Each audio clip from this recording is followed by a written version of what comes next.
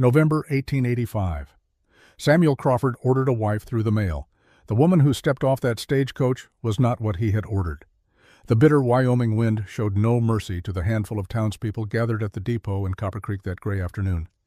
Samuel Crawford stood among them, a man of 41 years, built of sharp angles and weathered hands, shifting his weight from one boot to the other as the leather creaked in the frozen silence. Inside his coat pockets his hands trembled, and he hated himself for it. He hated the vulnerability of this moment, the exposure of his loneliness laid bare for the entire town to witness. He had spent the last month building a fortress of expectations in his mind. A sturdy woman he had imagined, perhaps a widow from Ohio, with broad shoulders and hands as calloused as his own. Someone who understood that life on the frontier was not a romance to be swooned over, but a negotiation with the elements, a daily bargain struck with the land itself. He needed a partner, not a prize. He needed someone who could help him hold the line against the encroaching winter and the loneliness that echoed through his empty ranch house like a physical weight pressing on his chest. The infertility that had ended his first marriage 3 years ago was a secret he carried like a stone lodged in his gut. Sarah had left him not with anger, but with a quiet, devastating pity, taking with her the last shreds of his belief that he deserved anything more than a practical arrangement. A marriage of labor, he had told himself, not legacy, just survival. When the stagecoach finally rattled into view, emerging from the swirling snow like a dark beetle navigating a sea of white, the conversation on the platform died instantly. Mrs. Abigail Porter, a woman of 55 and the town's self-appointed keeper of moral standards, and the woman who had helped facilitate the correspondence with the mail-order bride agency, stepped forward. She clutched her shawl tight to her throat, her eyes bright with the anticipation of fresh gossip to sustain her through the long winter ahead. Samuel felt his heart hammer against his ribs, a dull and heavy rhythm that seemed too loud for his chest. The horses snorted, their flanks heaving with exhaustion as the driver pulled on the reins and brought the coach to a shuddering halt in the mud and slush. Samuel stepped forward, his boots sinking into the muck, his eyes fixed on the door as the handle turned. He expected the sturdy widow of his imagination to descend boots first, ready to critique the mud and the cold and the ramshackle state of frontier life. Instead, the door swung open, and a silence more profound than the winter wind descended upon the crowd. The woman who stepped down was slight, almost fragile in appearance, wrapped in layers that seemed woefully insufficient for the biting cold. She wore a gray prairie dress that looked too fine for the rugged terrain, the fabric rippling in the wind, like water. But it was the bright red scarf wrapped intricately around her neck and head that drew every eye. A splash of violent color against the monochrome world, defiant and beautiful and utterly out of place. She was Chinese. Her features were delicate and set in an expression of guarded exhaustion, her dark eyes scanning the faces of the stunned townspeople before landing with terrifying precision on Samuel. The silence stretched until it became a physical thing, a heavy blanket of judgment and confusion that smothered the platform. Mrs. Porter let out a small strangled sound, her hand flying to her mouth, as if she had witnessed a scandal rather than an arrival. Samuel felt the blood rush to his face, a burning heat that had nothing to do with the temperature. He saw the way the men loitering near the general store porch leaned forward, their eyes narrowing, exchanging glances that ranged from amusement to open hostility. This was not the sturdy partner he had ordered. This was a mistake, a clerical error, a cosmic joke played on a man who had asked for very little from life and apparently deserved even less. The woman stood by her single, modest trunk, her hands clasped in front of her, shivering slightly, but holding her chin high, with a pride that Samuel recognized immediately. She looked entirely out of place, like a porcelain cup sitting on an anvil, and the absurdity of the contrast made Samuel feel a surge of something he had not expected. Not embarrassment, not disappointment. Something closer to a protective instinct warring with his own confusion. He realized with a sinking sensation that the town was waiting for him to reject her, to send her back on the next stage, to make a scene that would feed their conversations for the rest of the winter and confirm what they all already suspected about him, that he was a failure, that even a mail-order bride arrangement was beyond his capabilities. But as he looked at her, he saw the tightness around her eyes, the way her knuckles were white from gripping her own fingers, and he recognized the terror of someone who had traveled halfway across the world only to land in a place that looked at her like a curiosity at best and a threat at worst. He could not be another cruel thing in her life today. He would not. Samuel moved before he had fully made the decision, his long legs carrying him through the slush, until he stood before her, blocking the prying eyes of the town with the breadth of his shoulders. He felt clumsy and hulking next to her, a giant made of rough timber standing beside a willow branch. He took off his hat, ignoring the snow that immediately began to settle on his graying hair and cleared his throat. The sound came out rough and rusty, like a gate that had not been opened in years. "Miss," he said, his voice lower than he intended, rumbling in his chest, "I'm Samuel Crawford." She looked up at him, her expression unreadable, though he thought he saw a flicker of relief behind the stoicism. She nodded once, a sharp, precise movement, and reached into her sleeve to pull out a folded piece of paper, the letter of arrangement he had signed months ago through the agency. She held it out, not as a greeting, but as a receipt, a proof of her right to be there. "I am Mei Ling," she said, her voice quiet but clear, carrying a lilt that sounded like music against the harsh vowels of the frontier. "I am here for the agreement." The word hung in the air, stripped of any romantic pretense, practical and cold. Mrs. Porter bustled forward, then recovering her wits, her voice shrill enough to cut through the wind. "Mr. Crawford, surely there has been a mix-up. The agency promised a woman of suitable background for this climate." Samuel saw Mei Ling's posture stiffen, her eyes fixing on the horizon, as if she could will herself away from this moment, away from this judgment. He turned to Mrs. Porter, his face hardening into the stone mask he wore to keep the world at bay. "The lady is here, Mrs. Porter," he said flatly, "and the weather isn't waiting."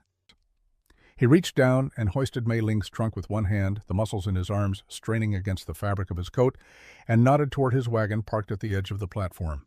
"Let's go," he said to her, not unkindly. It was the first small victory, the first time Samuel Crawford chose kindness over shame, protection over self-preservation.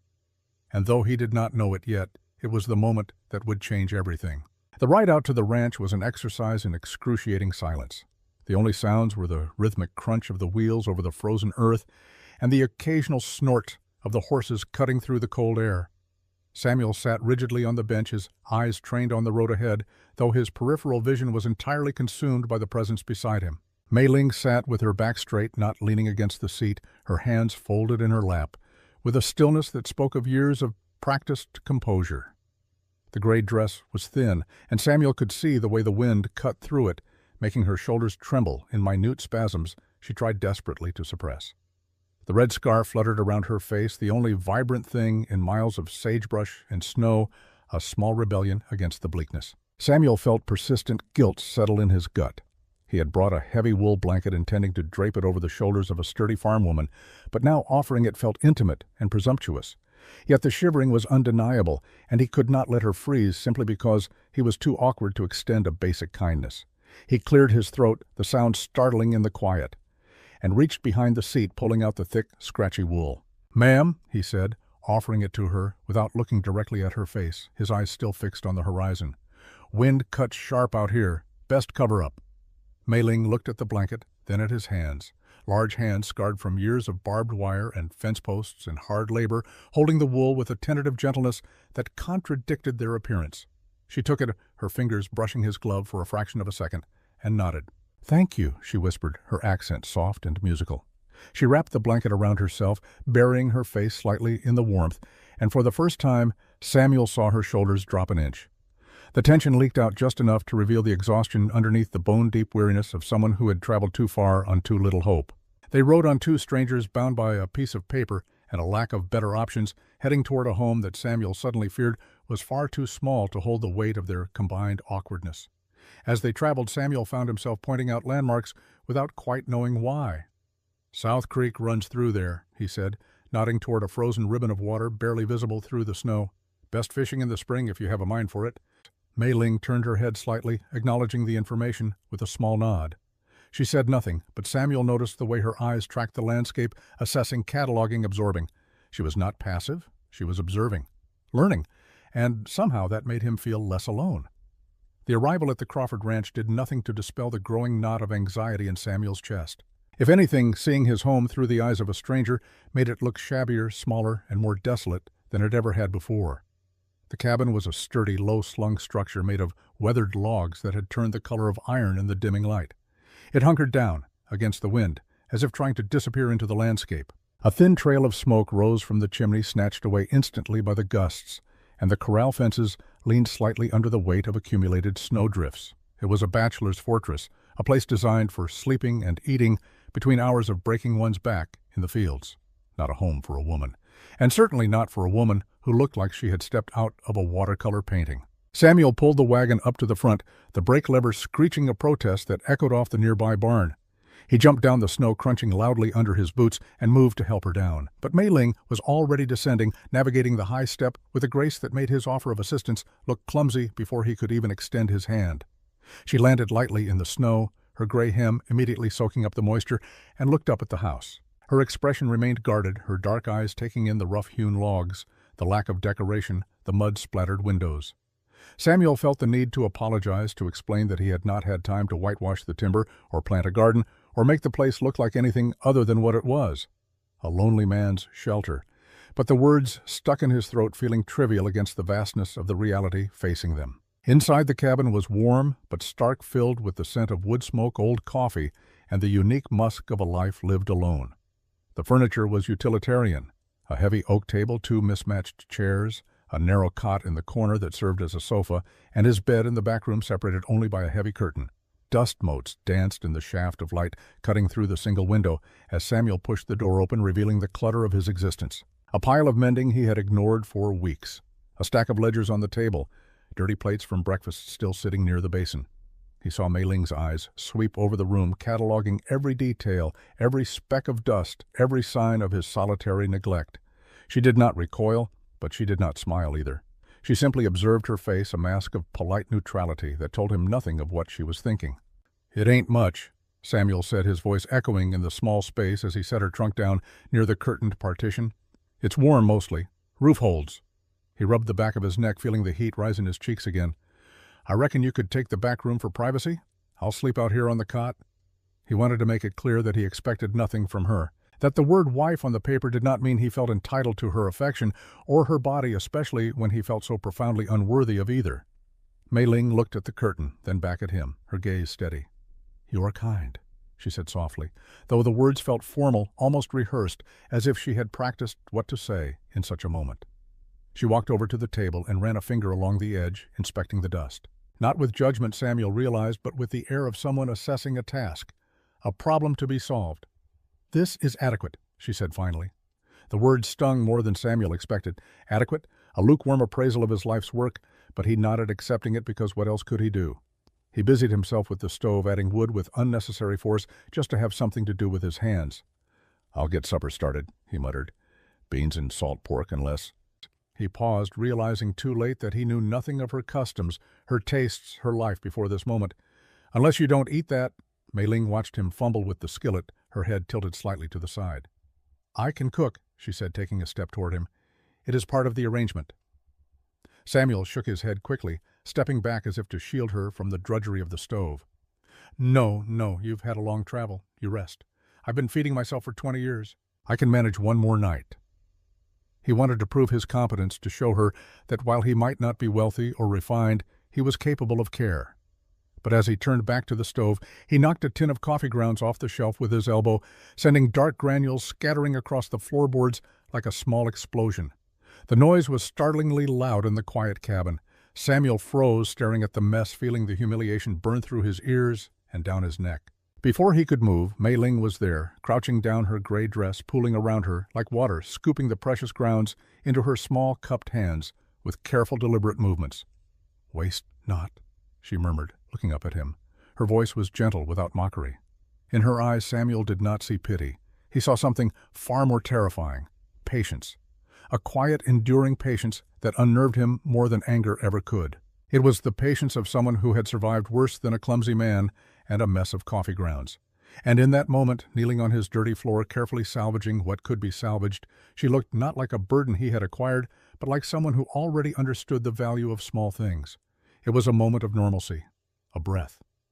And against all odds, Samuel felt the corner of his mouth twitch upward in something that might, in time, become a smile. The next morning broke with a sky the color of a bruised plum, the temperature dropping low enough to freeze the water in the basin solid. Samuel woke before dawn, his back aching from the narrow cot, driven by a frantic energy to prove his worth before Mei Ling even opened her eyes. He wanted the chores done, the animals fed, the path cleared, before she had to face the harshness of the day.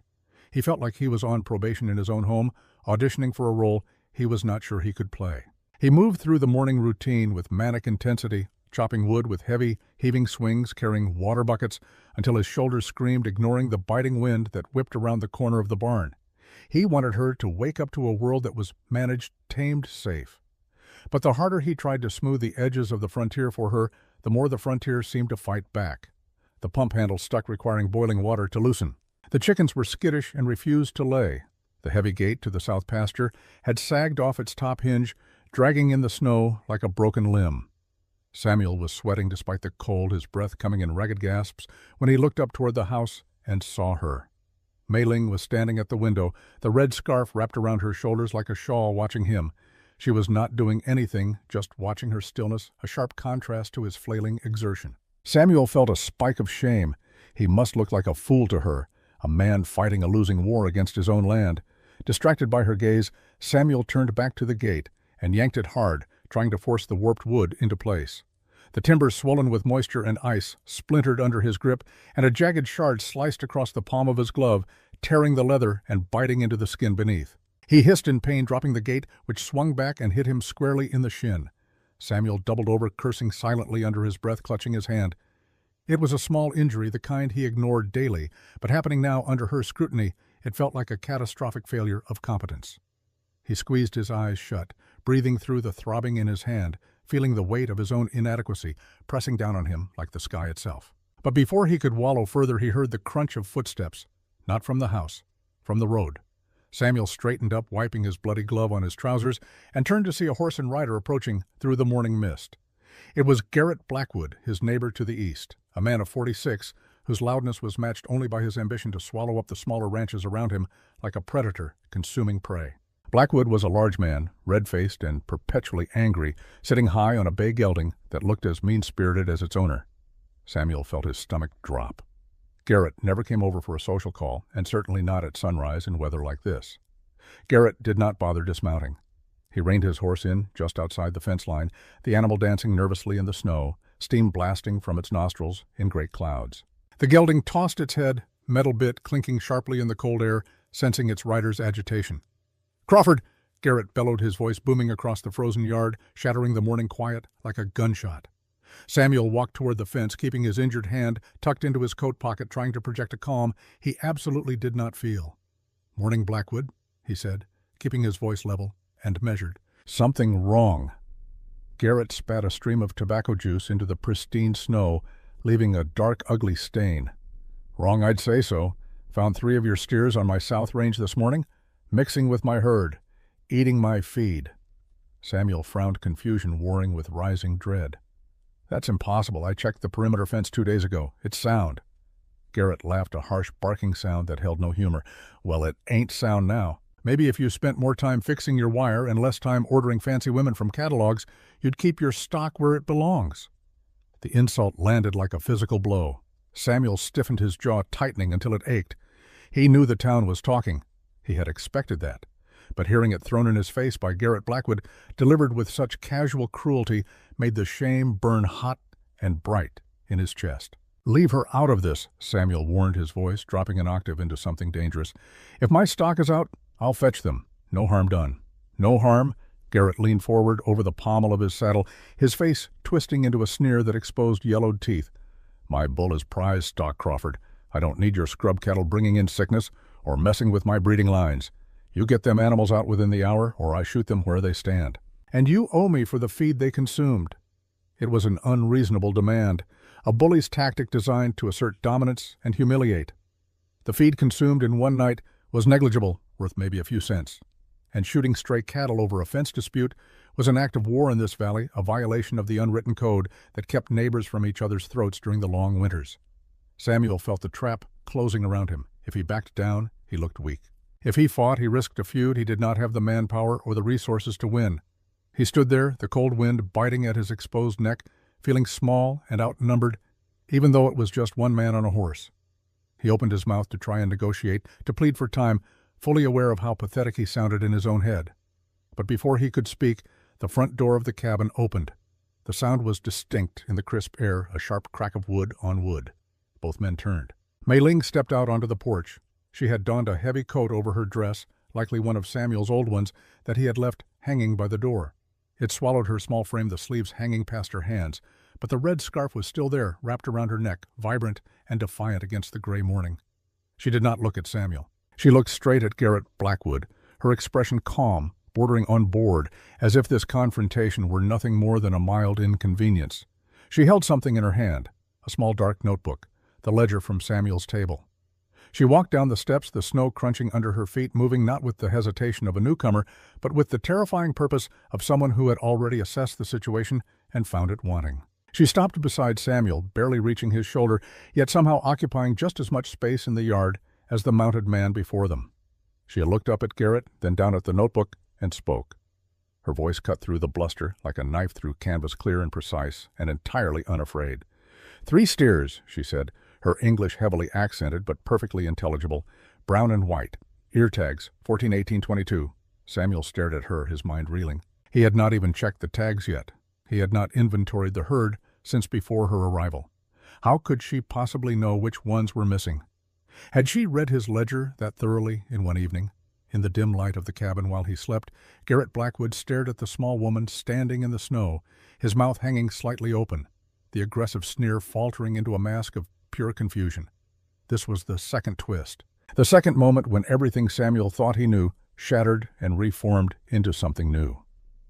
And Mei Ling was not finished. She stepped closer to the fence, the hem of her oversized coat dragging in the snow, her face tilted up toward the mounted man with a confidence that seemed to come from nowhere and everywhere all at once. "I saw the ledger," she continued, her voice steady and devoid of the trembling that Samuel felt in his own knees. "And I saw the tracks this morning. The wind blew from the north last night. Your fence line at the creek bottom. The posts are rotted. I saw them when we drove past yesterday." She paused, letting the words sink in like stones dropping into still water. "The wire is down on your side, Mr. Blackwood. Our cattle did not break out. Your fence invited them in." Garrett Blackwood's face flushed a deeper shade of crimson, contrasting violently with the white landscape surrounding them. He gripped the reins tighter, his knuckles whitening against the leather, the bay gelding shifting beneath him as it sensed the sudden change in its rider's confidence. "Now listen here," Garrett sputtered, trying to regain the momentum of his anger, his voice rising to compensate for the ground he was losing. "I don't know how things work where you come from, little lady, but out here a man is responsible for his stock." Mei Ling nodded, conceding the point, with a terrifying calmness that made Samuel's breath catch in his throat.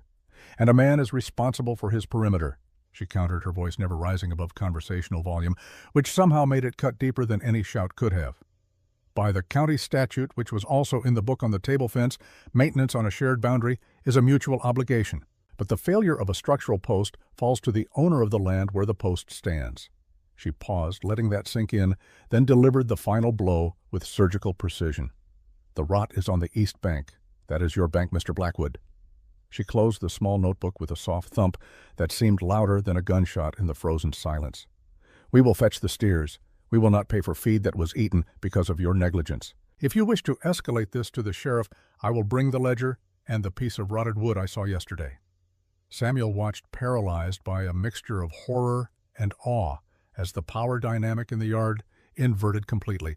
Garrett Blackwood looked from the small, fierce woman in the oversized coat to Samuel, who was still cradling his injured hand, and back to Mei Ling. The bully had expected a fight with a tired, lonely man. He had not expected a deposition delivered by a woman who looked like she could be blown away by a stiff breeze, but spoke with the authority of a circuit court judge.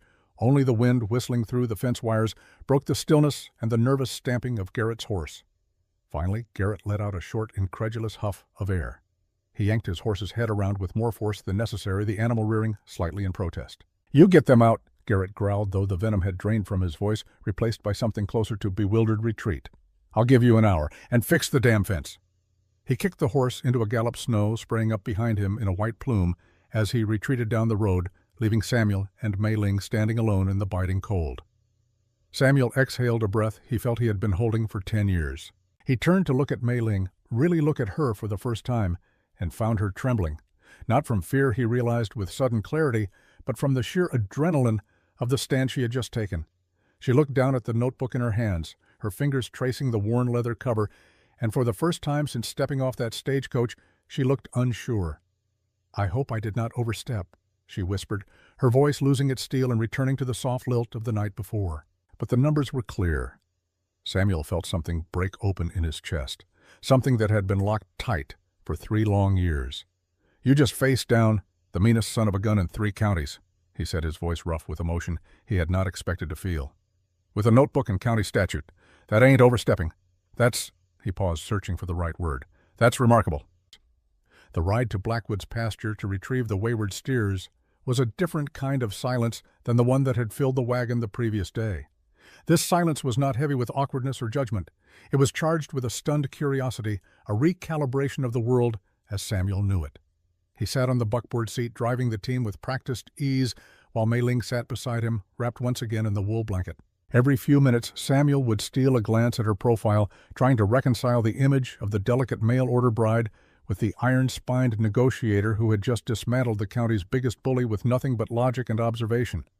His hand throbbed where the wood had sliced it, a dull ache that grounded him in reality, but the shame of the injury had been replaced by a burning question that he could not quite articulate. He had thought he was bringing a dependent into his home, another mouth to feed another life to protect from the harshness of the frontier. He had prepared himself to be the sole pillar of strength, however cracking and weathered that pillar might be. But as the wagon bumped over the frozen ruts, he realized he had been profoundly wrong. She was not a burden he had to carry. She was ballast, counterweight, and somehow, without him noticing, she had already begun to right a ship he had not realized was listing. When they reached the breach in the fence, the reality of the work set in. The 3 steers were indeed mingling with Blackwood's herd, grazing stupidly on the winter rye that Garrett had planted to sustain his cattle through the lean months. Samuel pulled on the brake and climbed down, wincing as his injured hand flexed. He expected Mei Ling to stay in the wagon. It was cold, muddy work, unfit for a woman in a dress, or so the code of the West dictated. But before he could even unlatch the tailgate, she was there. She had tied the hem of her dress up in a complicated knot that kept it out of the mud, revealing practical leather boots that were clearly too big for her. His old pair Samuel realized with a start, which she must have found by the door that morning, and decided were more sensible than whatever delicate footwear she had arrived in. She moved toward the cattle with a low clicking sound, her arms outstretched, but relaxed her body language, neither threatening nor timid. Just present, confident. Samuel watched mesmerized as she approached the animals with a fearlessness that seemed to come from deep experience. "They're skittish," Samuel warned, stepping forward to intervene, his protective instincts overriding his common sense. "That one on the left kicks." Mei Ling did not flinch. "Animals are like numbers," she said softly, not looking back at him, her eyes fixed on the steer. "They have a logic. You just have to find the pattern." She moved in a careful arc, cutting off the steer's natural escape route without ever making a sudden move. Her presence was commanding, but not threatening. She was reading the animal's body language, adjusting her own position in response, engaging in a silent conversation that Samuel had seen only in the best stockman he had ever known. Samuel found himself falling into a rhythm with her that felt instinctively right, as if they had been working this line together for years instead of hours. He handled the heavy lifting, wrestling the sagging wire back into place and bracing the rotted post while she managed the livestock. Her voice was calm and melodic as she guided the beasts back through the gap, a soothing counterpoint to the wind and the nervous lowing of the cattle. There was no shouting, no cursing, none of the frantic energy that usually accompanied moving cattle alone. Just steady, deliberate work. A partnership of action rather than words. When the last steer was back on Crawford land, Samuel leaned against the wagon wheel, wiping sweat from his brow despite the freezing temperature. He looked at Mei Ling, who was patting the neck of one of the horses, her cheeks flushed pink from the cold and the exertion. She looked small against the vast backdrop of the snowy plains, but she no longer looked fragile. She looked like part of the landscape, like a piece of flint revealed after the snow melts, sharp spark creating and enduring. But as Samuel knelt to examine the fence more closely, something caught his eye that made his blood run cold. The wire was not broken. It was cut. Clean, deliberate cuts made with wire snips, not the jagged tears of weather-induced failure. He ran his fingers along the severed ends, his mind racing. "Mei Ling," he called, his voice tight. "Come look at this." She crouched beside him, her eyes following his pointing finger. Understanding dawned immediately in her expression. "This was done on purpose," she said, her voice flat with certainty. Samuel nodded, his jaw clenching. "Garrett set this up. He wanted an excuse to confront me, to take the land." He stood abruptly, anger flooding through him hot and fast. He cut his own fence and blamed me for it. But Mei Ling was already moving, pulling a small pencil from her coat pocket. With quick, efficient strokes, she sketched the boot prints visible in the mud near the fence post. Large prints, size 12 at least. She carefully removed one of the cut wire pieces and wrapped it in a handkerchief. "We need proof before he destroys the evidence," she said, tucking both items carefully into her coat. "In my village, my father always said when dealing with dishonest men, make their lies visible." They were loading the last of the wire samples into the wagon when the sound of hoofbeats made them both turn. Garrett Blackwood was riding back toward them, and this time he was not alone. Beside him rode Deputy Wade Harris, a man Samuel recognized with a sinking feeling. Wade was in Garrett's pocket. Everyone in the valley knew it, but no one had been able to prove it. Wade was younger than Garrett, maybe 35, with a cruel mouth and eyes that never quite met yours directly. He wore the tin star with an arrogance that suggested he viewed it as a license rather than a responsibility. Blackwood filed a complaint, Wade announced without preamble, his hand resting casually on the pistol at his hip. "Trespassing livestock, destruction of property. He's within his rights to demand compensation." Samuel started to argue, his frustration boiling over, but Mei Ling stepped forward calmly. She pulled out her sketches and the wire sample, holding them up with the same quiet confidence she had displayed earlier. "This fence was deliberately cut," she said, her voice carrying across the frozen field. "The wire shows clean shears, not weather damage, and these boot prints belong to someone who wears size 12. Mr. Crawford wears size 10. Wade barely glanced at the evidence. "Chinaman testimony ain't valid in territorial court," he said dismissively, spitting into the snow for emphasis. The words hit Samuel like a physical blow. He opened his mouth to protest, to defend her, but before he could speak, another voice cut through the tension. "But mine is." They all turned to see Tom Whitaker riding up on his gray mare. Tom was Samuel's nearest neighbor to the west, a quiet man in his late 30s who ran a small cattle operation and generally minded his own business. He dismounted slowly, his eyes fixed on the fence line. "I was checking my own fences this morning," Tom said, his voice measured and deliberate. "Saw Garrett's horse tied up here just after dawn, before Samuel's cattle got through, before he rode over to make his complaint." He walked to the fence and knelt, examining the cuts. Wire didn't break natural. This was cut with purpose. Wade's face darkened, but he could not dismiss Tom as easily as he had dismissed Mei Ling. Tom Whitaker was white male, a property owner, and a registered voter. His testimony carried weight that the deputy could not simply wave away. "Blackwood," Wade said slowly, turning to his benefactor with something new in his eyes. "Uncertainty. You want to press charges, you'll need to make a formal statement, under oath." Garrett's face went through several shades of red and purple. He looked from the evidence to Tom to the deputy, calculating rapidly. Finally, he yanked his horse around without a word and rode off, leaving Wade sitting awkwardly on his mount, clearly unsure what to do now that his patron had retreated. "I'll file a report," Wade muttered, though everyone there knew he would do no such thing. He followed Garrett at a more measured pace, maintaining what little dignity he could salvage. Tom waited until they were both out of earshot before turning to Samuel. "He did the same thing to the Henderson ranch 2 years back," Tom said quietly. "Drove old Bill Henderson out through harassment and trumped-up claims. Bought the land at auction for half what it was worth." He looked at Mei Ling with frank respect. "You stood up to him? That took spine." Samuel felt a swell of gratitude that made his throat tight. "Thank you," he managed, "for speaking up." Tom shrugged. "Should have done it 2 years ago for Henderson. Shame's a heavy thing to carry." He tipped his hat to Mei Ling. "Ma'am, you ever need anything, my ranch is 3 miles west. You got friends here, whether Blackwood likes it or not." As Tom rode away, Samuel and Mei Ling stood together in the snow, the afternoon sun already beginning its early winter descent. The crisis had passed, at least for the moment, but Samuel knew it was far from over. Men like Garrett Blackwood did not give up easily. They adapted. They escalated. That evening the cabin felt different. The starkness that had seemed so oppressive the night before had softened somehow. The corners were filled with the golden glow of the lantern and the smell of roasting potatoes that Mei Ling had found in the root cellar and insisted on preparing. The wind still howled outside, rattling the window panes, but inside there was a new quiet, a companionable peace that settled over the room like a warm quilt. Samuel sat at the table, his hand freshly bandaged. Mei Ling had dressed it with a salve from her trunk that smelled of mint and camphor, her touch efficient and gentle, her fingers moving with the practiced ease of someone who had done such work many times before. He watched her move around the small kitchen, not just existing in his space anymore, but inhabiting it. She had organized the spice jars by height, wiped down the dusty shelves, and placed the ledger back on the table, closed and squared precisely with the edge. It was a partnership of small actions, a language of doing that Samuel understood far better than any poetry ever written. "I underestimated you," Samuel said abruptly, the words breaking the comfortable silence. Mei Ling stopped stirring the pot on the stove and turned to face him, wiping her hands on the apron she had found hanging on a peg. She leaned back against the counter, her expression thoughtful, considering not just his words, but the weight behind them.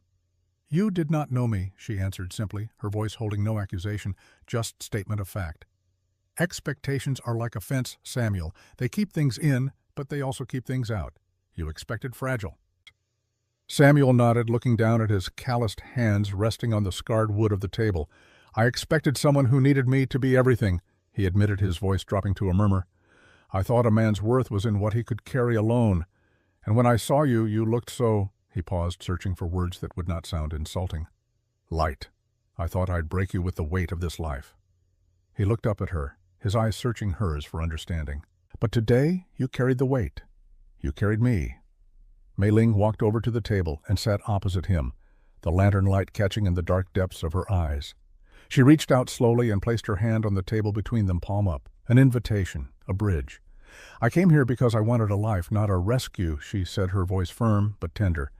"In my village, after the floods took everything, we learned that strength is not about being the stone that never moves. It is about being the water that finds a way around every obstacle." She paused, her gaze dropping to his bandaged hand before rising again to meet his eyes. "You are strong, Samuel. I see how you work this land alone. But you are tired. You wanted a wife to fill the empty chair. But I think you need a partner to hold up the other side of the roof." Samuel felt a lump form in his throat, a painful, sweet obstruction that made breathing difficult. He had been so afraid of his own insufficiency, of the secret shame of his infertility, of being less than what a man should be, that he had not realized what he actually needed. Not to be a savior, just to be seen. And she saw him, not as a failure, but as a man who was simply tired of being alone. Samuel hesitated, his pulse thundering in his ears, before slowly reaching out to cover her hand with his own. His skin was rough-scarred from years of barbed wire and frost, and the unforgiving work of keeping a ranch alive through Wyoming winters. The contrast with the smoothness of her palm was startling, almost shameful to him. But she did not pull away. Instead, she turned her hand over beneath his, interlacing her fingers with his own, in a gesture of shocking intimacy that sent a jolt of warmth straight up his arm and into his chest. "I have to tell you something." Samuel began the confession he had dreaded, sitting heavy on his tongue like lead. Something the letters didn't say, about why there's no family here, why it's just me in this empty house. He took a breath, staring at their joined hands, because looking at her face felt too dangerous, too exposing. "I can't give you children, Mei Ling. The doctor in Cheyenne confirmed it years ago. That's why my first wife left. That's why I'm alone. That's why I could only ask for a practical arrangement instead of a real marriage." He waited for the recoil, for the disappointment, for the practical calculation that this arrangement was a dead end, a waste of her youth and her hopes. He braced himself for her to pull her hand away, to stand up, to ask about the next stagecoach back to San Francisco. But Mei Ling's grip only tightened. She looked at him with an expression that softened into something profoundly gentle, something that made his chest ache with a longing he had thought dead and buried with his first marriage.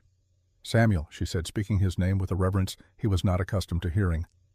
"Do you think I traveled across an ocean and half a continent just to be a mother? I came to be a wife. I came to build a home." She squeezed his hand, anchoring him to the moment, to the reality of her presence. "Children are a blessing, yes, but they are not the only harvest worth tending. We have land, we have this house, we have our hands and our minds and our will to survive." She leaned forward slightly, her eyes locking onto his with a fierce intensity that took his breath away. "Family is not just blood, Samuel. It is who stays when the winter comes. You stayed for me on that platform when everyone expected you to send me away. You stood between me and their judgment. That is enough. You are enough." The words washed over him like warm water, dissolving the knot of shame that had lived in his gut for 3 long years. He looked at this woman in a gray dress with a red scarf, this stranger who had stepped off a stagecoach less than 2 days ago, and saw not a mistake or a burden, but the center of a world he had not known he was building. He realized then that romance was not about flowers or poetry or grand gestures. It was this. It was the quiet admission of flaws and the steady promise to stay anyway. It was the warmth of her hand in his and the way she looked at him like he was worth the trouble. It was a pact made not of paper, but of shared strength and mutual respect. "Then we build," Samuel whispered, his voice thick with emotion. "We build it together." The peace of that moment lasted exactly 3 days. On the 4th morning, Samuel was checking the south fence line when he found the water well. The bucket came up clouded and foul-smelling. When he peered down into the darkness, he saw the bloated body of a rat floating on the surface, clearly dead for at least a day. Poisoning a man's well was not just vandalism. It was attempted murder. It was a declaration of war. He ran back to the barn to grab tools for cleaning the well and found 3 sections of fence cut cleanly through the wire, hanging loose and useless. Cattle from the north pasture had wandered through the gaps during the night, scattering across open range where they could be lost to weather or predators or simply disappear into the vastness of Wyoming territory. But it was what he found painted on the barn door that made his blood turn to ice. In rough dripping letters someone had written, "Chinaman, go home." Samuel stood there staring at the ugly words, his hands clenching into fists so tight his fingernails bit into his palms. He heard footsteps behind him and turned to see Mei Ling emerging from the cabin, her eyes finding the message immediately. He watched her face, waiting for tears, for fear for the breaking point that would send her running back to whatever safety San Francisco might offer. But her face simply hardened, her jaw set, her eyes went cold and focused in a way that reminded Samuel of a blade being sharpened on a whetstone. She did not cry. She did not flinch. "He is afraid," she said quietly, walking up to stand beside Samuel.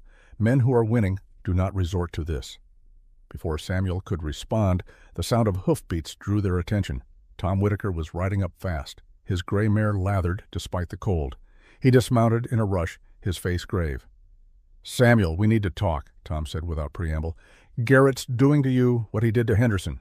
He'll escalate until you can't defend yourself anymore, then he'll buy your land at auction when the bank forecloses."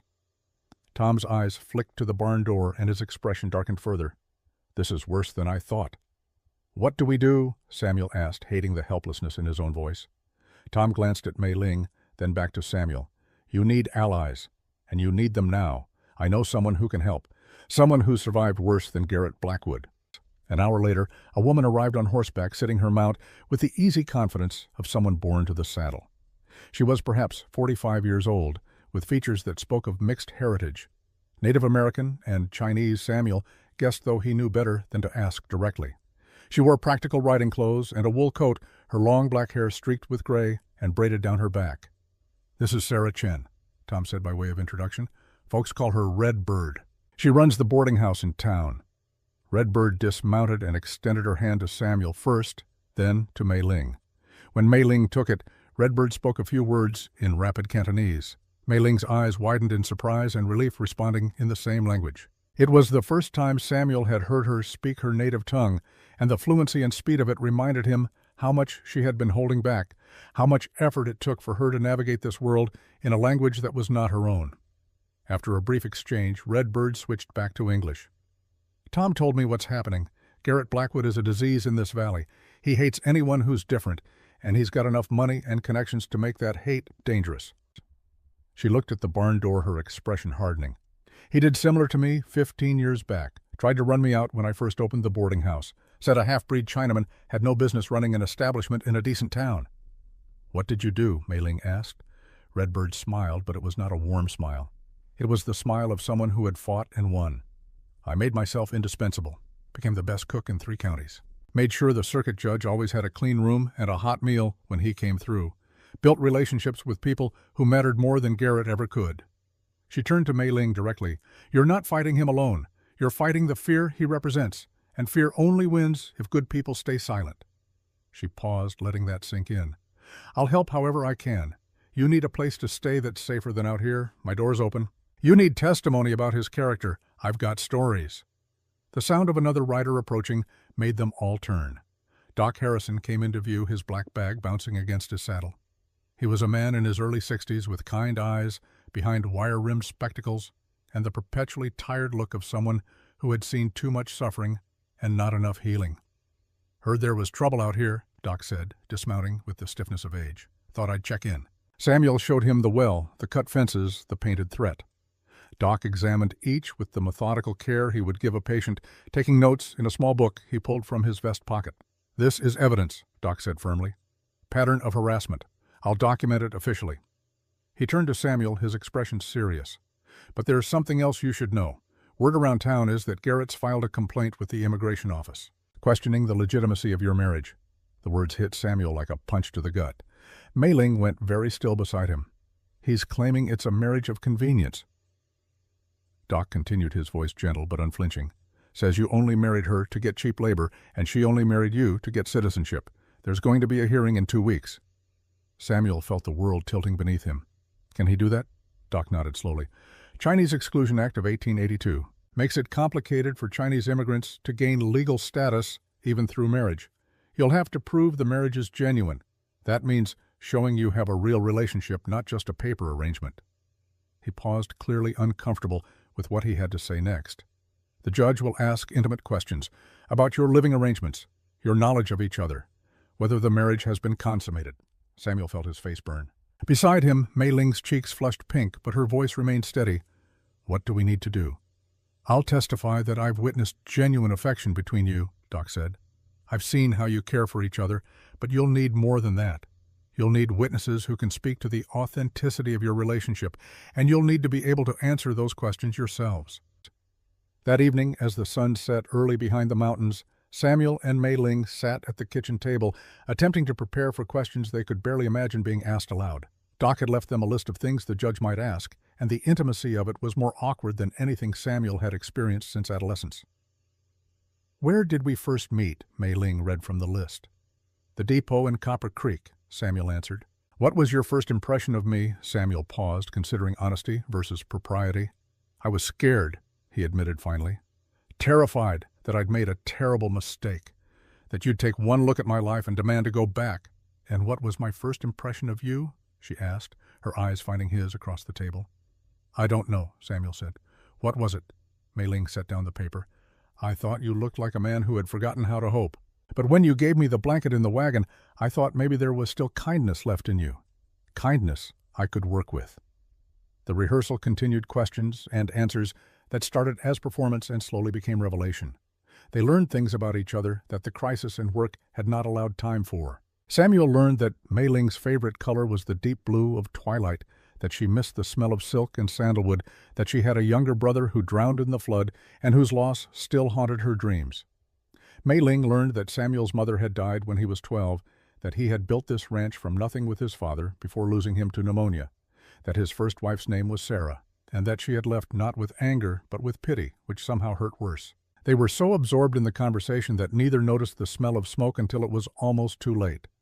Samuel's head jerked up, his nostrils flaring. "Do you smell that?" Mei Ling was already moving toward the window. "The barn," she said, her voice sharp with alarm. "It's on fire." They burst out of the cabin into the freezing night to see flames licking up the side of the barn, orange and terrible against the black sky. The horses inside were screaming their panicked whinnies, cutting through the roar of the fire. Samuel ran without thinking, his only thought to reach the animals before they burned alive. He could hear Mei Ling behind him shouting something, but the blood pounding in his ears drowned out her words. He reached the barn door and yanked it open, smoke billowing out in a choking cloud. The heat hit him like a physical wall, but he pushed through, his eyes streaming, his lungs burning. He could see the horses in their stalls, wild with terror, throwing themselves against the wooden walls. He moved to the first stall, fumbling with the latch when he heard Mei Ling's voice behind him. "I will get the other side," she shouted over the roar of flames. "You take these too." There was no time to argue, no time to protect her or shield her from danger. They worked in desperate tandem, flinging open stall doors, guiding terrified horses toward the exit. Samuel's horse, a big sorrel gelding named Rusty, bolted past him, nearly knocking him down. Mei Ling's smaller frame was almost trampled by the mare she released, but she pressed herself against the wall and let the animal rush past. They were almost clear when Samuel heard the ominous crack of wood above them. He looked up to see a support beam, eaten through by fire, beginning to give way directly above where Mei Ling stood. "Move!" he roared, throwing himself across the space between them. He hit her with his shoulder, driving them both sideways, just as the beam crashed down where she had been standing a second before. They tumbled together into the snow outside the barn, rolling away from the collapsing structure. Samuel's coat was smoldering, his left arm seared where a burning ember had caught him. The pain was immediate and excruciating, but all he could think about was whether Mei Ling was hurt. "Are you all right?" he gasped, pulling her to her feet. She nodded, coughing, her face smudged with soot. "You're burned." By the time Tom Whitaker and two other neighbors arrived with buckets and shovels, having seen the glow from miles away, the barn was half destroyed. They worked through the night, containing the fire, preventing it from spreading to the house or the other outbuildings. By dawn, all that remained of the barn was a smoking skeleton of blackened timbers and ash. Samuel sat on the porch steps, his arm bandaged by Doc Harrison, who had arrived with the neighbors. The burn was second-degree painful, but not life-threatening. Two of the horses had minor injuries from their panicked escape, but all had survived. Mei Ling emerged from the cabin with coffee, her hair still damp from washing away the smoke and soot. She sat beside him, close enough that their shoulders touched, and they watched the sun rise over the ruins of the barn together. "He did this," Samuel said, his voice flat with exhausted certainty. "Garrett did this." "I know," Mei Ling said quietly. She leaned her head against his shoulder, a gesture of trust and weariness. "But we survived. The animals survived. The house stands." Samuel turned to look at her, this woman who had faced fire and fear without breaking and felt something shift irrevocably in his chest. "You could have died in there." "So could you," she whispered. "You pushed me out of the way." "I won't let him hurt you," Samuel said, the words coming out fierce and raw. "I don't care what it costs me. I won't let him take you." Mei Ling lifted her head to look at him, her eyes searching his face in the gray dawn light. And then, without words, without warning, she leaned in and kissed him. It was brief, desperate tasting of smoke and fear and something sweeter beneath. When she pulled back, her eyes were wet. "We can't just defend anymore, Samuel," she said, her voice steady, despite the tears. "We have to attack, find his weakness. Everyone has one." And in that moment, sitting in the ashes of his barn with this woman in his arms, Samuel realized something. He had fallen in love. Not with the idea of companionship or the comfort of not being alone.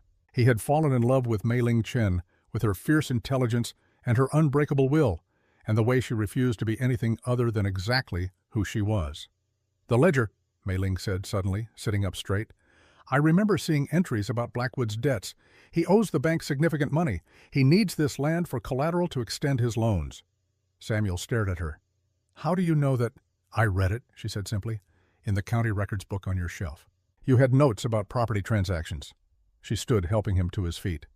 "If we can prove he's using illegal means to acquire land because he's desperate, financially, we can turn his own weapon against him." As the sun fully crested the horizon, painting the snow gold and pink, Samuel Crawford realized that he had not rescued Mei Ling from anything. She had rescued him. From loneliness, yes. But more than that, she had rescued him from the belief that he had to face the world alone.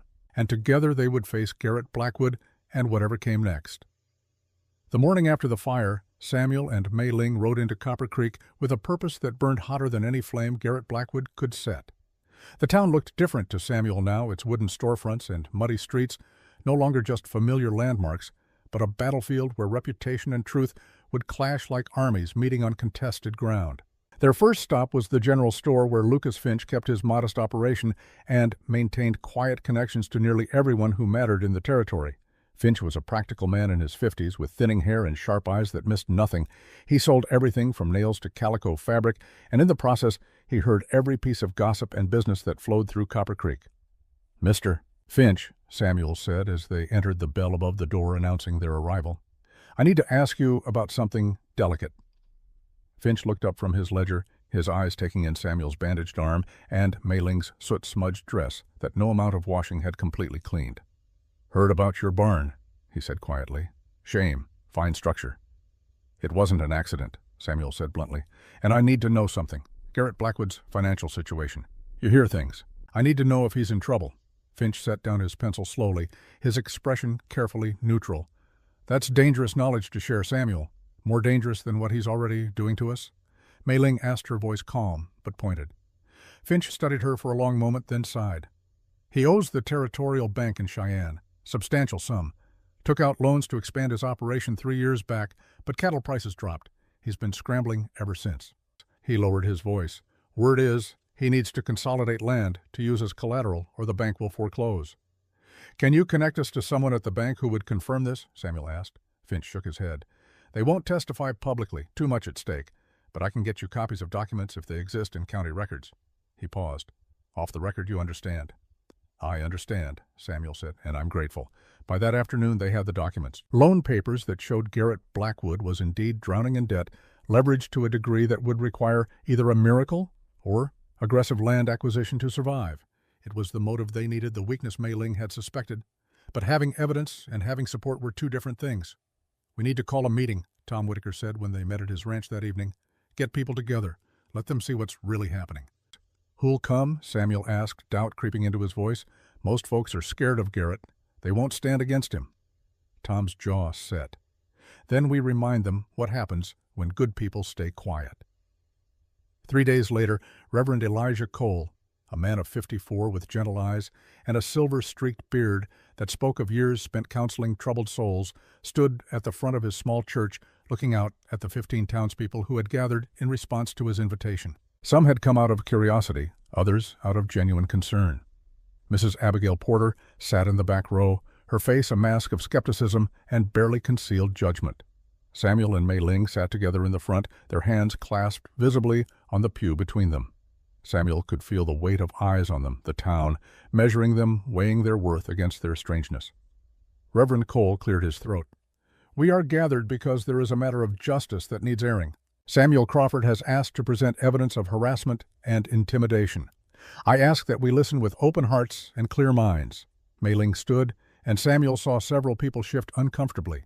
A Chinese woman speaking in a church was not something Copper Creek was accustomed to. But she held herself with such quiet dignity that the room fell silent despite itself. She walked to the front and spread out the documents and evidence they had gathered on a table the Reverend had provided.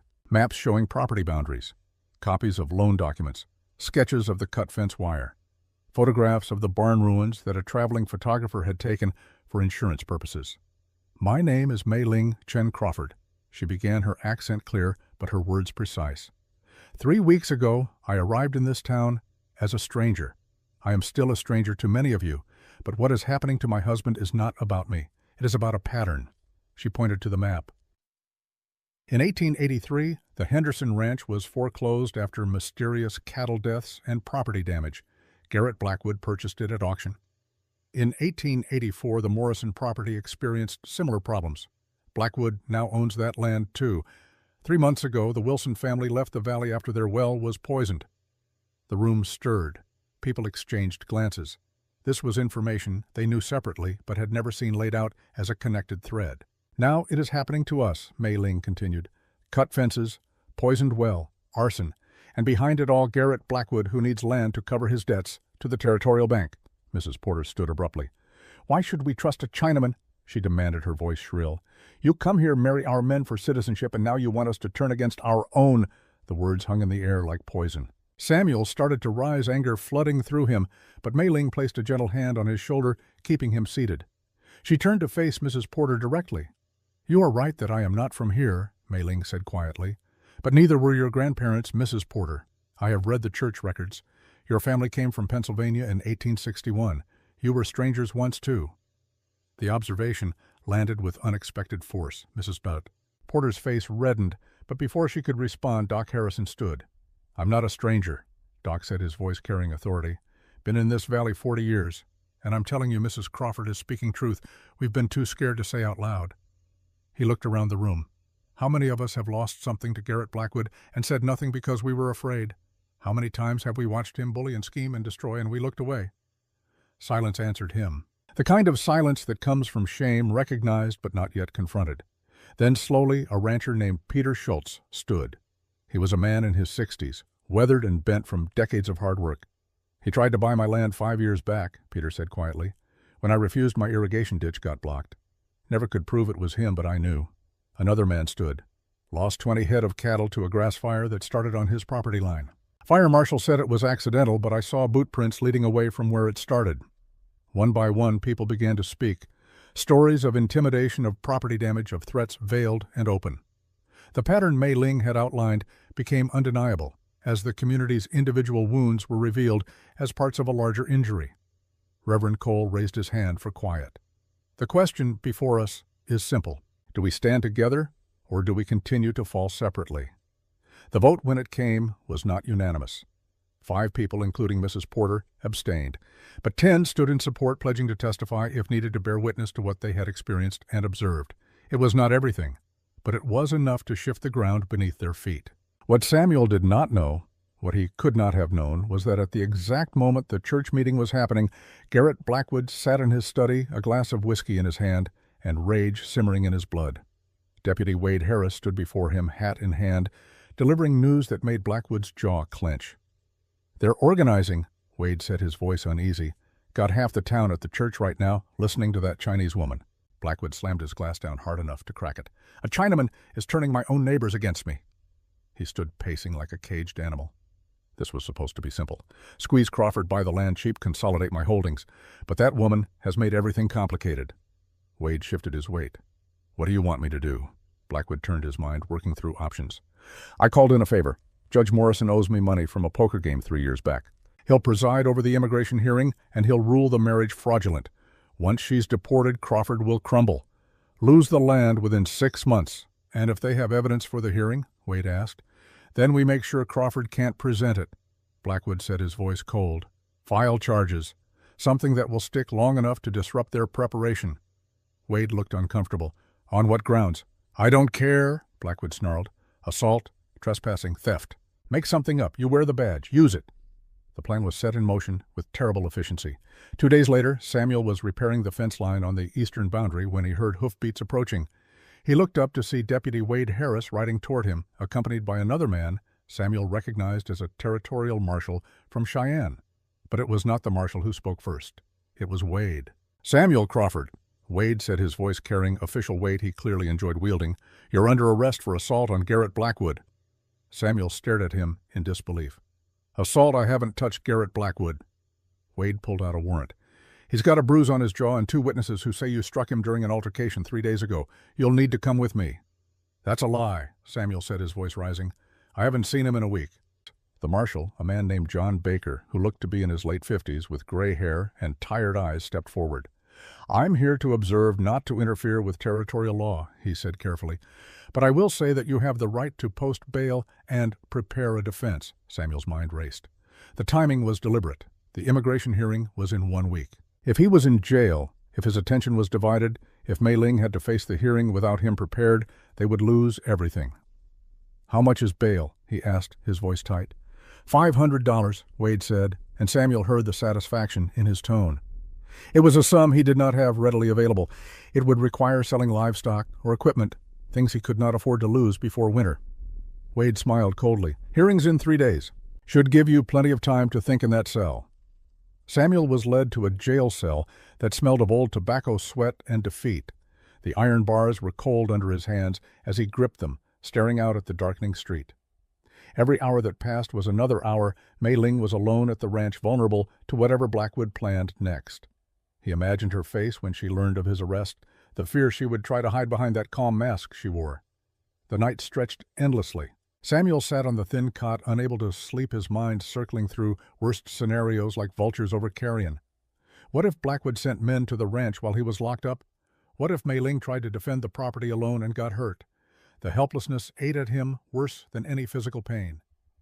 By morning, when footsteps echoed in the hallway, Samuel's eyes were red-rimmed from lack of sleep and anxiety that had eaten at him worse than physical pain. He expected Wade coming to gloat. Instead, the jailer appeared, unlocking the cell door. "Someone's here to post bail," the jailer said gruffly. Samuel stepped into the hallway and saw Tom Whitaker standing at the front desk, leading a horse, visible through the window behind him. Tom was counting out bills from a leather pouch, his face grim. "I sold my best mare this morning," Tom said, dismounting. "Got $450 for her. Should be enough with what you can scrape together, Samuel." Wade's face darkened. "This is official business, Whitaker. And this is official money," Tom said, pulling a roll of bills from his coat. "Legal tender. You going to refuse it, deputy?" The transaction was completed with visible reluctance from Wade, who clearly had hoped to keep Samuel locked up longer. But within the hour, Samuel was freestanding outside the jail with Tom and Marshal Baker. "Thank you," Samuel said to Tom, his voice rough with gratitude. "I'll pay you back." "You can pay me back by winning," Tom said simply. Marshal Baker cleared his throat. "Mr. Crawford, I came to Copper Creek because I received a telegraph about potential corruption and intimidation. I've been watching. I've been listening." He paused. "I can't interfere with territorial law, but I can observe the immigration hearing as a federal representative. And I can tell you that I've seen enough to know something rotten is happening here." It was not a promise of help, but it was hope. And hope was more than they had yesterday. That evening, Mei Ling visited Samuel at the ranch where he sat at the kitchen table, his head in his hands. The weight of it all, the barn, the arrest, the looming hearing pressed down on him like physical weight. "Maybe you should go," he said without looking up. "Back to San Francisco, where it's safe. I can't protect you from this. I can't even protect myself." Mei Ling walked around the table and knelt beside his chair, taking his face in her hands and forcing him to look at her. Her eyes were fierce, blazing with a determination that took his breath away. "I did not cross an ocean to run from small men with small minds," she said, her voice low and intense. "I came here to build a life, with you, and I will not let Garrett Blackwood or anyone else take that from us." She stood, pulling him to his feet. "We have 1 week to prepare, 1 week to gather evidence, to practice our testimony, to show that judge that what we have is real." Her hands gripped his shoulders. "Is it real, Samuel? What we have?" Samuel looked at her, this woman who had faced fire and fear and hatred without breaking, and felt the truth of it settle in his bones. "Yes," he said, "it's real. You're the realest thing in my life." "Then we fight," Mei Ling said. "Together, like we've done everything else." Through the window they could see the lights of town in the distance. Tomorrow Mei Ling would teach basic mathematics to the children of the families who had supported them at the church meeting, showing the community that she was not a threat, but a contributor. Tomorrow they would begin preparing in earnest for the hearing that would determine whether they had a future together or whether the law would tear them apart. But tonight they stood together in the small cabin, two people who had found in each other something neither had known they were searching for. Not rescue, not convenience, but partnership, the kind that could weather storms and stand against those who would see it destroyed. Outside, the first snow of early winter began to fall, covering the burned remains of the barn, in white, making everything clean and new again. It was a reminder that even after destruction, there was always the possibility of beginning again, and Samuel Crawford, for the first time in 3 years, believed in that possibility. The county courthouse in Copper Creek was a modest building of rough-cut stone and timber built to withstand Wyoming weather and the occasional outburst of frontier justice. On the morning of February 1st, 1886, it was packed to capacity. Every bench was filled, and townspeople stood along the walls, their breath creating a humid fog in the heated air. They had come to witness, to judge, and perhaps to gossip about what would surely be the most talked-about event of the winter.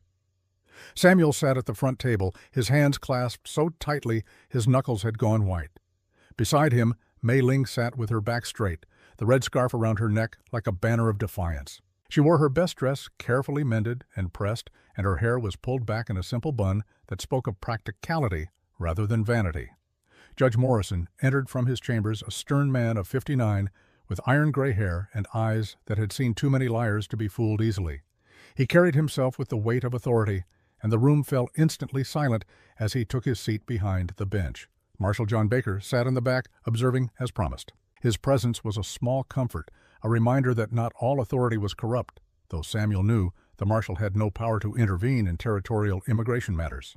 Across the aisle, Garrett Blackwood sat with his lawyer, a slick man from Cheyenne named Vernon Pierce, who wore a suit too fine for Copper Creek and carried himself with the arrogance of someone who had never lost a case he cared about winning.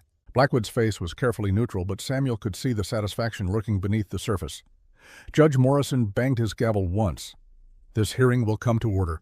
We are here to determine the legitimacy of the marriage between Samuel Crawford and Mei Ling Chen Crawford under the provisions of the Chinese Exclusion Act of 1882. He looked over his spectacles at both parties. "Mr. Pierce, you may present your case." Vernon Pierce stood with theatrical precision, buttoning his coat as he moved to the center of the room. "Your Honor, this is a simple matter of fraud. Mr. Crawford, a lonely rancher in desperate need of labor, paid an agency to secure a woman. Mrs. Crawford, a Chinese immigrant seeking citizenship, accepted the arrangement, knowing it would provide her legal status she could not otherwise obtain." He walked to his table and picked up a sheaf of papers. "I present evidence of payment to the Rocky Mountain Matrimonial Agency, $50 for the arrangement, a business transaction, not a marriage of genuine affection." Samuel felt Mei Ling's hand find his under the table, squeezing gently, anchoring him. Pierce continued, warming to his performance. "Furthermore, witnesses will testify that upon her arrival, the couple maintained separate sleeping quarters, that they barely knew each other, that this was and remains a marriage of convenience designed to circumvent federal law." He turned to face Samuel directly. "Mr. Crawford is a man known to be incapable of fathering children due to medical infertility. What woman would genuinely choose such a match unless motivated by factors other than affection?" The words struck like physical blows. Samuel felt his face burn with shame. The old wound reopened in front of the entire town. He started to stand to object, but Mei Ling's hand tightened on his, keeping him seated. The government's position, Pierce concluded, is that this marriage is fraudulent and should be dissolved with Mrs. Crawford subject to immediate deportation. Judge Morrison nodded slowly. Mr. Crawford, you may present your defense. Samuel had no lawyer. He could not afford one on his rancher's income, especially after the barn fire and the bail money. But he had something more valuable. He had the truth, and he had people willing to speak it. Doc Harrison was the first to take the stand, his medical bag resting at his feet, as if he might be called away at any moment to attend to someone suffering. He placed his hand on the Bible and swore to tell the truth. Doc Samuel said, standing awkwardly, unused to the formality of questioning, "You've seen me and Mei Ling together.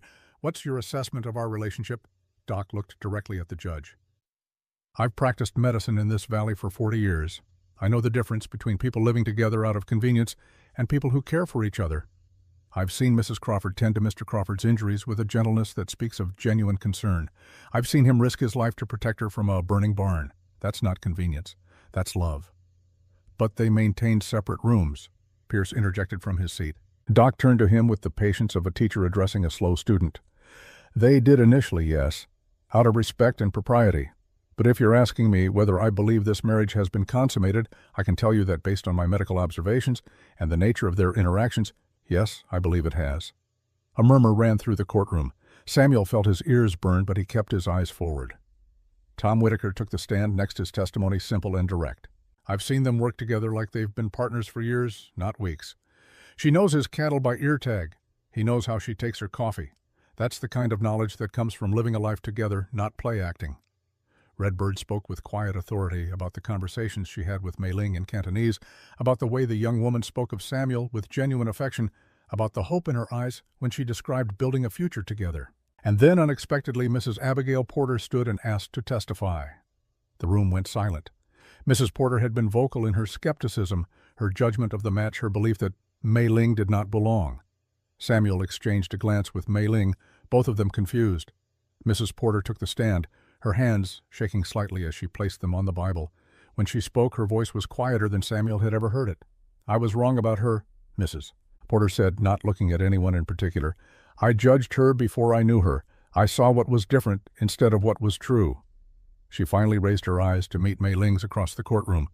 "She's been teaching mathematics to my granddaughter these past weeks, for free, because she said education should be available to all children." Mrs. Porter's voice grew stronger. "I've watched them together at church, at the general store. And what I see is what I had with my own husband before he passed. Respect. Partnership. The kind of quiet love that doesn't need to shout to be real." She looked at Judge Morrison. "This marriage is genuine, Your Honor, and I'm ashamed I didn't see it sooner." The testimony hit the room like thunder. If Mrs. Porter, the town's harshest critic, had changed her position, what did that say about the rest of them?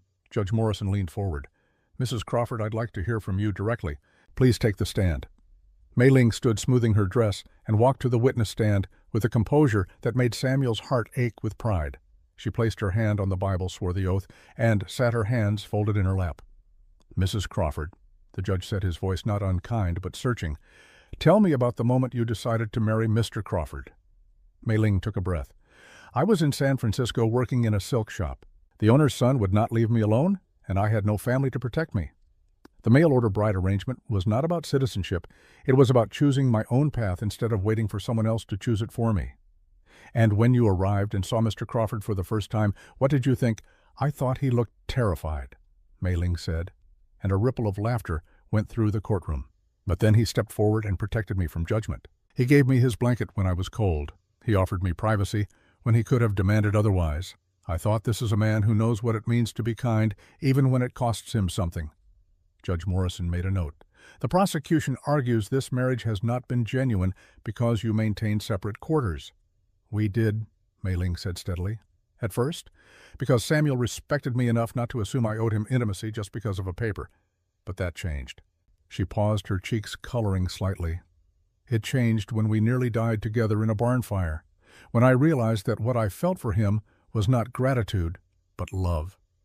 She turned to look directly at Samuel, and the courtroom seemed to fall away. "He knows I take my coffee with honey, but no cream. I know he talks to his horses when he thinks no one is listening. He knows I am afraid of deep water because of the flood that killed my family. I know he blames himself for something that was never his fault." Her voice grew stronger, more passionate. "Marriage is not one moment of vows. It is 1,000 small moments of choosing to stay. We choose, every morning when we wake, every night when we plan the next day. Every time we face people who say we do not belong together, we choose each other." The words hung in the air like cathedral bells, resonating with a truth that could not be manufactured or faked. Samuel felt tears prick his eyes, his throat tight with emotion. Pierce stood. "Your Honor, emotion is not evidence." But Judge Morrison held up his hand. "I'll determine what constitutes evidence, Mr. Pierce." He turned back to Mei Ling. "Thank you, Mrs. Crawford. You may step down." Samuel took the stand next his large frame, making the witness chair seem small and fragile. He placed his work-worn hand on the Bible that had never expected to touch anything as delicate as the woman sitting across from him. "Mr. Crawford," Judge Morrison said, "you paid $50 to the matrimonial agency. That's a fact. Why should I believe this is anything more than a business transaction?" Samuel took a breath, gathering his thoughts. "Your Honor, I ain't educated. I don't have fancy words. But I know what's real and what ain't." He looked at Mei Ling. "I paid that money because I was lonely and scared and figured a practical arrangement was all I deserved. I thought I was getting a workhorse, if I'm honest. Someone to help keep the ranch going." He paused, his voice growing rougher with emotion. "But what I got was a partner. Someone who's smarter than me, braver than me, and sees the world in ways I never could. She knows my cattle by ear tag because she read my ledger in one night and memorized it. She stood up to the biggest bully in the valley with nothing but logic and courage. She ran into a burning barn to save my horses." Samuel's voice broke slightly. "I was half a man before she came, broken by loss and shame and loneliness. She didn't fix me. She just showed me I didn't need fixing.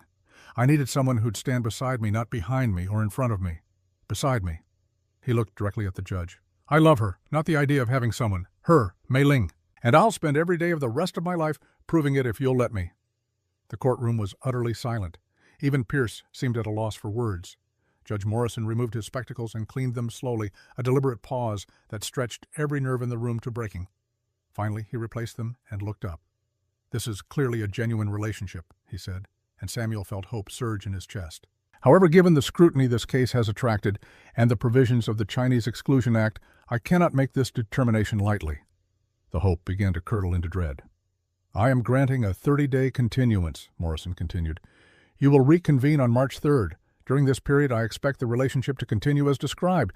I will make my final ruling at that time." It was not rejection, but it was not approval. It was a limbo that would hang over them for another month. Garrett Blackwood stood abruptly. "Your Honor, surely there's enough evidence here to rule immediately." Judge Morrison's eyes turned cold. "Mr. Blackwood, you are not a party to these proceedings. Sit down." The dismissal was public and sharp, and Samuel saw Blackwood's face redden with humiliation as he sank back into his seat. Outside the courthouse, as they walked toward their wagon, Samuel felt simultaneously relieved and terrified. 30 more days of uncertainty. 30 more days for Garrett to scheme and sabotage. As if summoned by the thought, Garrett appeared at their wagon, Vernon Pierce nowhere in sight. His face was twisted with barely controlled rage. "This ain't over, Crawford," he said in a low voice, meant only for them. 30 days is a long time. Lots can happen. Accidents, losses. You might find it's easier to just give up and let her go back where she came from." Before Samuel could respond, Mei Ling stepped between them. "We survived your fire," she said calmly. "We survived your lies. We will survive whatever you do next, because we are not alone anymore." The truth of it seemed to strike Garrett harder than any physical blow. He looked around and saw Tom Whitaker watching from across the street, Doc Harrison standing on the courthouse steps, Redbird emerging from the general store, a dozen eyes on him witnessing his threat. He backed away, his bluster deflating. 30 days, he muttered, and walked away. That night, as Samuel and Mei Ling prepared for bed in the cabin, the wind began to howl with a ferocity that spoke of something worse than normal winter weather. By morning, a blizzard had descended on Copper Creek Valley with apocalyptic fury. The snow fell so thick and fast that the world disappeared beyond the cabin windows. Wind shrieked through every crack, and the temperature plummeted to depths that made breathing painful. Samuel woke to find ice forming on the inside of the windows, his breath visible even inside the cabin. They were trapped, cut off from town, from help, from everything except each other. On the second day of the blizzard, Samuel checked on the cattle and found his worst fear realized. 15 head were trapped in the south pasture, huddled against a fence line, with no shelter, slowly freezing to death. Without them, he would lose a quarter of his herd. Without the herd, he could not survive the winter financially. "I have to go get them," Samuel said, staring out at the wall of white. "Then I go with you," Mei Ling said immediately. "It's too dangerous. You could die out there." Mei Ling took his face in her hands, forcing him to look at her. "We go together, or we stay together. Choose." So they went together, roped at the waist to keep from losing each other in the white void. The world became nothing but wind and snow and the burning cold that seeped through every layer of clothing. Visibility was measured in inches, not feet. Samuel navigated by feel and memory, following the fence line with frozen hands. They found the cattle exactly where Samuel feared, on the edge of succumbing to the cold. Mei Ling used her voice, that calm musical quality, cutting through the storm, calling to the animals with a confidence that made them respond. Together, they herded the half-frozen beasts back toward the barn, moving by instinct and partnership. Samuel slipped into a snowbank, the ground disappearing beneath him. He felt himself sinking, the cold wrapping around him like a vice, and panic flared.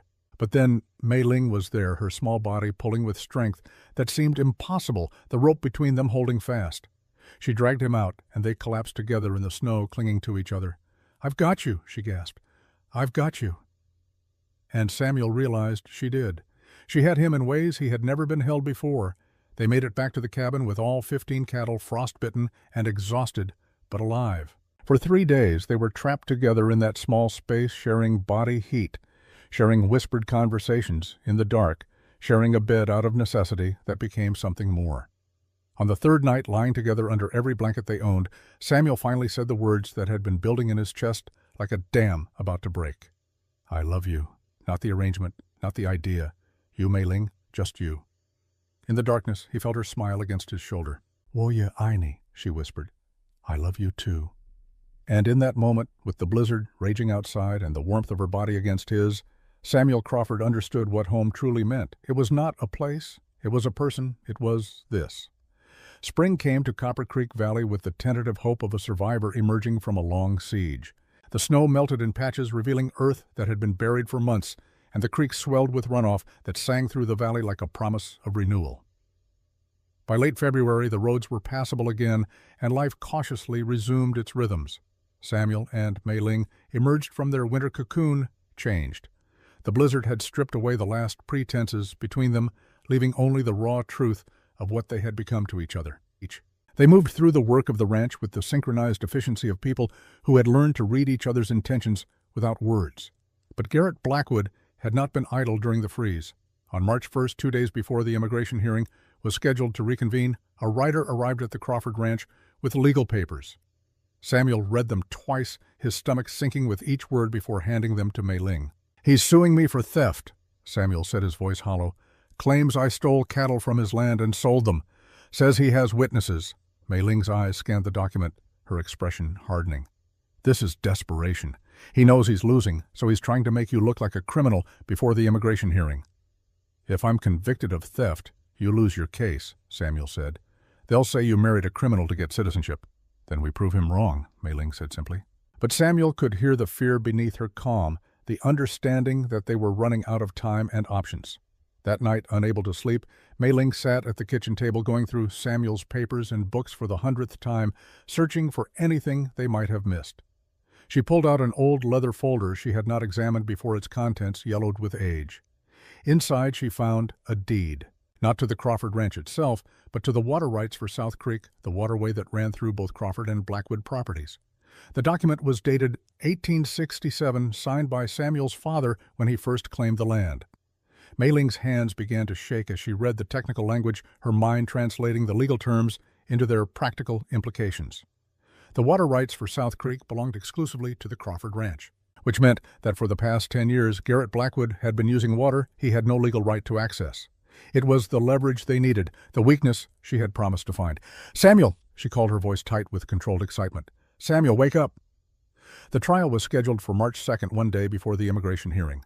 The courthouse was packed even fuller than before, if such a thing were possible. Every rancher in the valley seemed to have found a reason to be in town that day, crowding into the building or standing in the muddy street outside, listening through open windows. Garrett Blackwood sat at the prosecutor's table with Vernon Pierce, his expression confident. He had witnesses lined up, men he had paid or intimidated into supporting his version of events. Deputy Wade Harris sat prominently in the front row, a visible symbol of Blackwood's influence over local law enforcement. But this time, Marshal John Baker was not merely observing.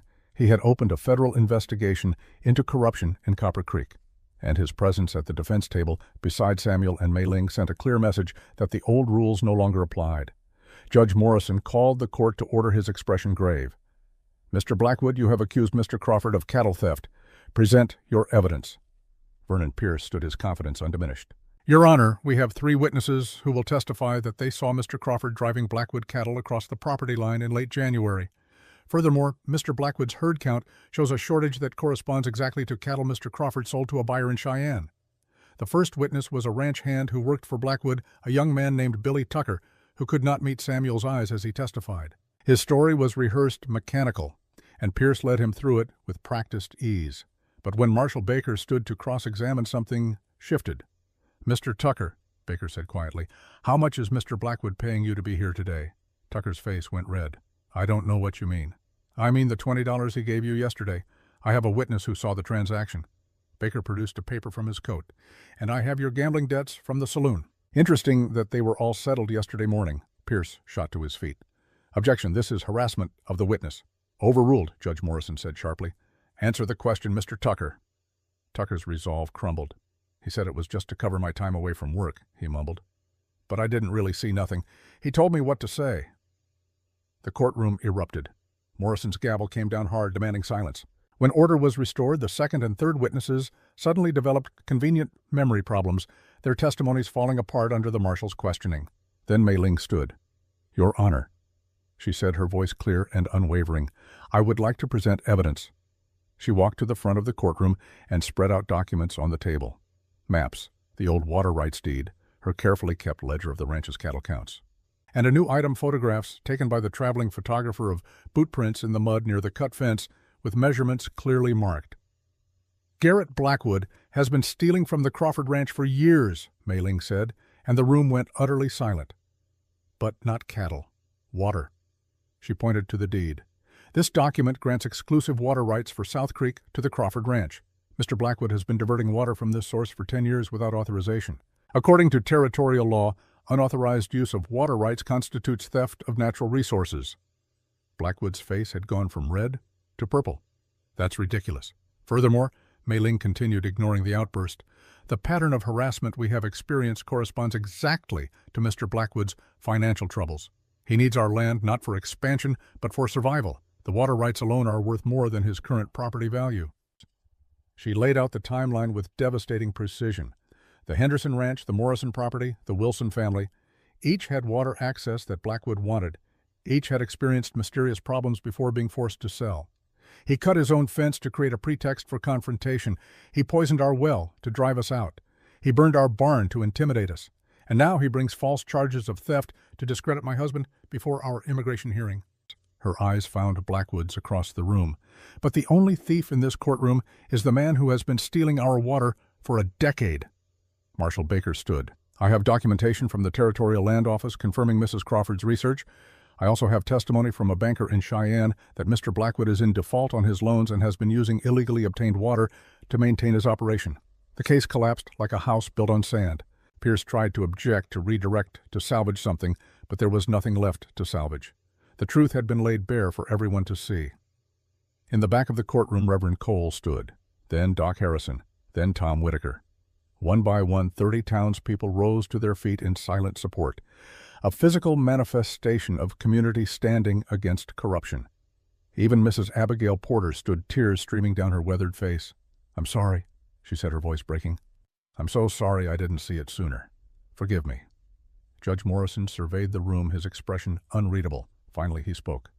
"Mr. Crawford, you are exonerated of all charges.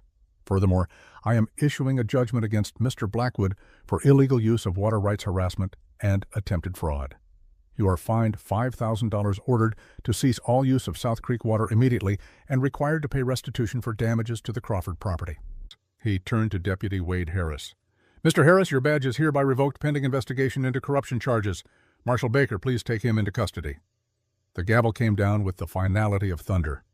Garrett Blackwood sat frozen, his empire crumbling around him in real time. Vernon Pierce was already gathering his papers, distancing himself from a client who had become a liability. "This ain't over," Blackwood said, but his voice lacked conviction. It was the protest of a man who knew he had already lost. Samuel stood slowly reaching for Mei Ling's hand. "Yes," he said quietly, "it is." The immigration hearing the following day was almost anticlimactic. Judge Morrison reviewed the previous day's proceedings, the testimony about the genuineness of Samuel and Mei Ling's relationship, and the visible transformation in how the community viewed them. Based on the evidence presented, Morrison said, his voice formal but not unkind, "I find that the marriage between Samuel Crawford and Mei Ling Chen Crawford is legitimate and genuine. Mrs. Crawford is hereby granted permanent residency in the United States territory of Wyoming." The courtroom, packed once again with supporters, erupted in applause. Mei Ling felt tears stream down her face, not from sadness, but from the overwhelming relief of a burden finally lifted. Samuel pulled her into his arms, holding her as if she might disappear if he let go. Outside, the spring sun was warm on their faces. Tom Whitaker clapped Samuel on the back. Redbird embraced Mei Ling, whispering words of congratulation in Cantonese. Doc Harrison shook both their hands with genuine warmth, and Mrs. Porter approached hesitantly, her eyes red-rimmed. "I judged you wrongly," she said to Mei Ling. "You've shown more grace and strength than I've ever had. Would you forgive a foolish old woman?" Mei Ling took her hands. "There's nothing to forgive. You stood up when it mattered. That's all any of us can do." By summer, the valley had transformed in ways both visible and invisible. Garrett Blackwood sold his ranch at a loss and left Wyoming territory last seen heading toward Montana with what little remained of his fortune. The Crawford Ranch, with its newly secured water rights and the support of neighboring ranchers, began to thrive in ways Samuel had never imagined possible, but the most significant change was the one that could not be measured in acres or cattle or dollars. The Town Harvest Festival in late August was a celebration unlike any Copper Creek had seen in years. Tables groaned under the weight of food, children ran wild between the dancing adults, and music filled the air with joy. Samuel and Mei Ling danced together in the town square, her red scarf bright as a flame around her shoulders, his hands gentle on her waist. They moved with the easy comfort of people who had learned each other's rhythms through shared hardship and shared triumph. "You taught me something," Samuel said as they swayed to the fiddle music. "That strength isn't about carrying everything alone. It's about knowing who to trust to help carry it." Mei Ling smiled up at him. "And you taught me that home is not a place you come from. It's a place you choose, and people who choose you back." As the evening light turned golden, casting long shadows across the valley, they stood together, watching the community they had helped transform. Not through grand gestures, but through quiet persistence and the simple act of refusing to let hate and fear win. In September, a letter arrived from San Francisco. Mei Ling read it twice before showing it to Samuel, her hands trembling. "My cousin Jade," she said. "She's 16. Her parents died of influenza. She has no one." Samuel did not hesitate. "Then she comes here, to us. Family is who stays when winter comes. Remember, we're her family now." The second miracle came in October, announced by Doc Harrison, with a mixture of professional satisfaction and personal joy. Mei Ling was pregnant. Against all odds, against all the doctor's pronouncements about Samuel's infertility, new life was growing. "Stress can affect fertility in ways we don't fully understand," Doc explained. "Sometimes when a man stops carrying the weight of the world alone, his body remembers how to hope again." Samuel wept openly, his large hands cradling Mei Ling's still flat belly with a reverence usually reserved for sacred things. But it was the third transformation that spoke most powerfully to the legacy they were building.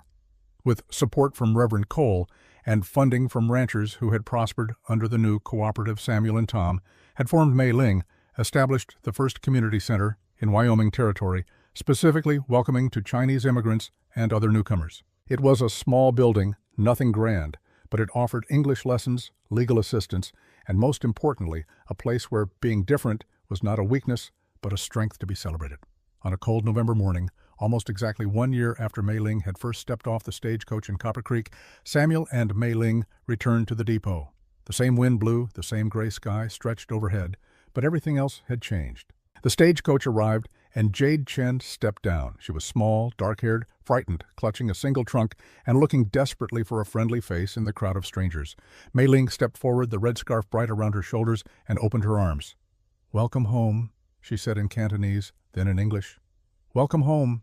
Jade fell into her embrace, and Samuel wrapped his arms around both of them. Three people who had been alone finding family in each other. As they loaded Jade's trunk into the wagon, now reinforced and well-maintained, Samuel noticed Mrs. Porter watching from the general store porch.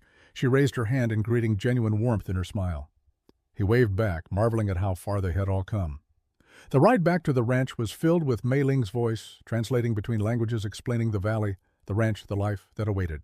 Jade listened with the desperate hope of someone who had been adrift and finally found an anchor. "Is it really okay?" Jade asked in Cantonese. "That I'm here? That you want me?" Mei Ling took her hand. "Family is not just blood," she said, speaking the words that had become her truth. "It's who stays when the winter comes.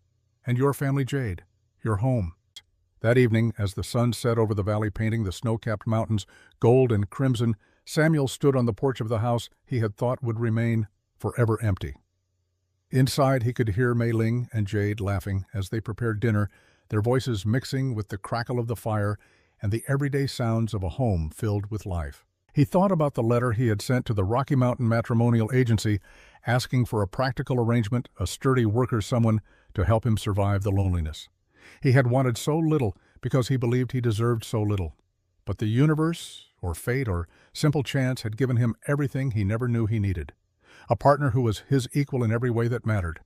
A daughter not of his blood, but of his choice. A child on the way who would carry forward a legacy built not on land or cattle, but on the simple revolutionary act of choosing love over fear. From his pocket he pulled out a folded piece of paper, the original letter from the agency, the one Mei Ling had presented as proof of their arrangement on that first frozen day. He had carried it as a talisman, a reminder of how far they had come. On the back, in Mei Ling's careful handwriting, she had written something in the days after the trial. He read it now, the words as familiar as prayer. "Some love stories are written in starlight and poetry.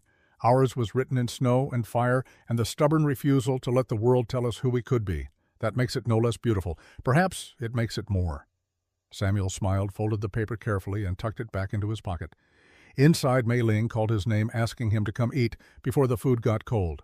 He turned toward the warm light spilling from the windows, toward the voices of his family, toward the life he had built from the ashes of loneliness and shame. And Samuel Crawford, rancher of Copper Creek Valley, walked into his home, into his future, no longer alone. Epilogue. The Crawford Ranch would grow to become the largest in Copper Creek Valley by 1895, a testament to what partnership and community support could build. Samuel and Mei Ling had 2 biological children against all medical predictions and adopted 3 more over the years, including Jade, who grew up to become a teacher. In 1890, Mei Ling founded the first Chinese-American Community Center in Wyoming, offering language classes, legal assistance, and a safe haven for immigrants navigating a hostile world. It stands to this day, though the building has been expanded 3 times. The red scarf Mei Ling wore on that first frozen day became a symbol in the valley. When other immigrant families arrived uncertain and afraid, they would be welcomed with a red scarf, a reminder that they too belonged, that they too were home. Samuel Crawford died in 1923 at the age of 79, surrounded by children, grandchildren, and a wife who held his hand and told him one last time that he had been enough, more than enough. Mei Ling Chen Crawford lived until 1941, long enough to see her great-grandchildren, long enough to know that the legacy she and Samuel had built would endure. She was buried beside him on the ranch under the Wyoming sky they had both learned to call home. Their descendants still run the Crawford Ranch today, a piece of living history where the past and future meet in the present. And sometimes on cold November mornings when the wind blows just right, you can almost see a woman in a red scarf stepping off a stagecoach and a man who learned that love is not about being perfect, but about being brave enough to choose it anyway. The end.